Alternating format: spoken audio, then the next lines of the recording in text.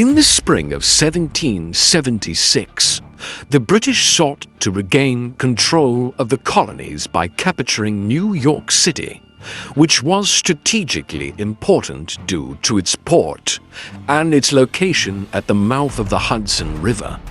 British General William Howe, who had successfully evacuated Boston in March 1776, regrouped his forces in Halifax, Nova Scotia, and prepared for a massive invasion of New York. Meanwhile, General George Washington, Commander-in-Chief of the Continental Army, anticipated the British move and positioned his forces in and around New York City. Washington's army, numbering around 19,000 men, was stretched thin as it defended several key positions, including Manhattan, Staten Island, and Brooklyn Heights on Long Island. The British plan was ambitious. General Howe, with a force of over 30,000 British and Hessian German mercenary troops, aimed to capture New York City by first securing Long Island. He planned a two-pronged attack. One force would directly engage the Continental Army on Long Island, while another would conduct a flanking maneuver to cut off their retreat and trap them.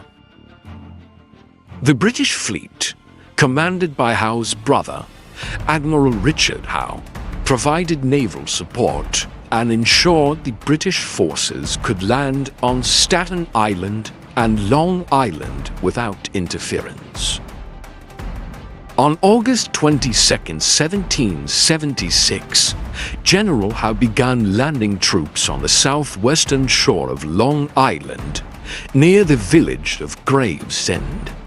Over the next few days, he steadily moved his forces inland. Washington, aware of the British landings, deployed 10,000 men under the command of General Israel Putnam to defend Brooklyn Heights, which overlooked the East River and provided a natural defensive position. Washington and his generals were aware that the British might attempt a flanking maneuver, but the American forces were inexperienced and stretched thin across a series of defensive positions, including the Gowanus Heights now in modern-day Brooklyn. They set up strong defensive positions at key points, including the Flatbush Pass, the Bedford Pass, and the Gowanus Pass. General Howe, known for his cautious tactics, decided to execute a surprise flanking maneuver that would outflank the American positions. On the night of August 26th to 27th, under cover of darkness, Howe sent a force of 10,000 men, led by General Henry Clinton and supported by Hessian troops under General Charles Cornwallis, on a secret march through the Jamaica Pass, an unguarded road to the east of the American positions. This maneuver allowed the British to get behind the American defenses undetected. Meanwhile, the main British force under General James Grant launched a diversionary attack on the American positions at the Gowanus Pass, engaging the American forces and distracting them from the flanking maneuver.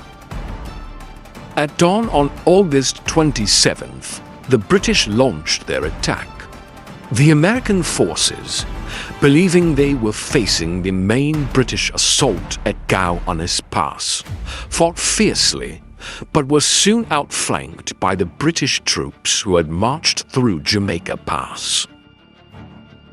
As the British forces under Clinton and Cornwallis emerged from the east, they struck the American left flank, creating chaos and confusion. The Continental Army, realizing they had been outmaneuvered, attempted to retreat towards their main defenses at Brooklyn Heights. However, many American troops were caught in the open fields, and were either killed or captured. One of the most heroic stands of the battle was made by the Maryland Regiment, led by Colonel William Smallwood. This unit of about 400 men repeatedly charged a British position near the old stone house to cover the American retreat. Despite suffering heavy casualties, their actions allowed many American soldiers to escape to the main defensive lines at Brooklyn Heights. By the end of the day, the British had achieved a complete victory. They had inflicted heavy casualties on the Continental Army, with around 300 American soldiers killed, 700 wounded, and over 1,000 captured. British and Hessian casualties were relatively light, with fewer than 400 killed or wounded. Despite their victory, the British failed to deliver the final blow. General Howe, cautious as ever, did not press the attack on Brooklyn Heights, which was strongly defended. Instead, he decided to lay siege to the American positions. Washington, recognizing the precarious situation, made a daring decision. On the night of August 29th to 30th, under the cover of fog and darkness, he orchestrated a secret evacuation of his remaining 9,000 troops from Brooklyn Heights across the East River to Manhattan. Using every available boat, including those commandeered from local fishermen, Washington's men managed to cross the river undetected by the British. When the fog lifted the next morning, the British were astonished to find that the Continental Army had slipped away. Washington's successful retreat saved the Continental Army from destruction, allowing the fight for independence to continue. The Battle of Long Island was a pivotal moment in the American Revolutionary War. While it resulted in a British victory and the loss of New York City for the Americans, it also marked the beginning of Washington's legendary leadership and the Continental Army's ability to endure and fight on despite setbacks. The battle set the stage for the long, hard-fought struggle for independence that would ultimately culminate in American victory.